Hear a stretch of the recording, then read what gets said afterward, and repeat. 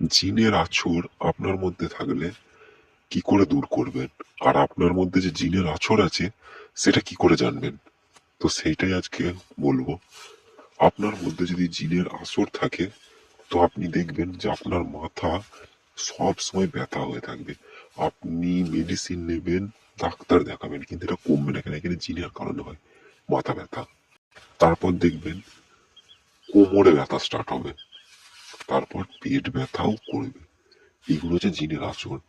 এইগুলো যতক্ষণ না জিনের আসর কাটানো যায় ততক্ষণ এইগুলো আপনি ভালো করতে পারবেন না। তো এটা ঠিক করার জন্য এই যে স্কিনের ওপরে যেই ছকটি তাবিজটি দেখানো হচ্ছে, এরম ধারা আপনাকে তৈরি করে নিতে হবে। বা আমাকেও মেসেজ করতে পারেন, আমি তৈরি করে দেবো।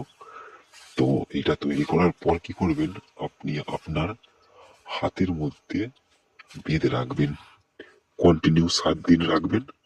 দেখবেন যে জিনের আসর আপনার থেকে দূরে সরতে লাগছে।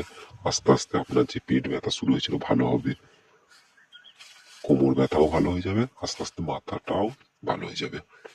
এটি 100% পরীক্ষিত আমল, খুবই দারুণ কাজ করে। আপনারা করতে পারেন যদি জিনের আসর আপনার মধ্যে কারোর থেকে থাকে, তো আপনারা এটা করুন। আর যদি কোনো কাজ আমাকে দিয়ে করানোর থাকে তো স্ক্রিনে দেওয়া হোয়াটসঅ্যাপ নাম্বারে মেসেজ করুন, আমি সবার কাজ করি, আপনাদেরও করে দেবো।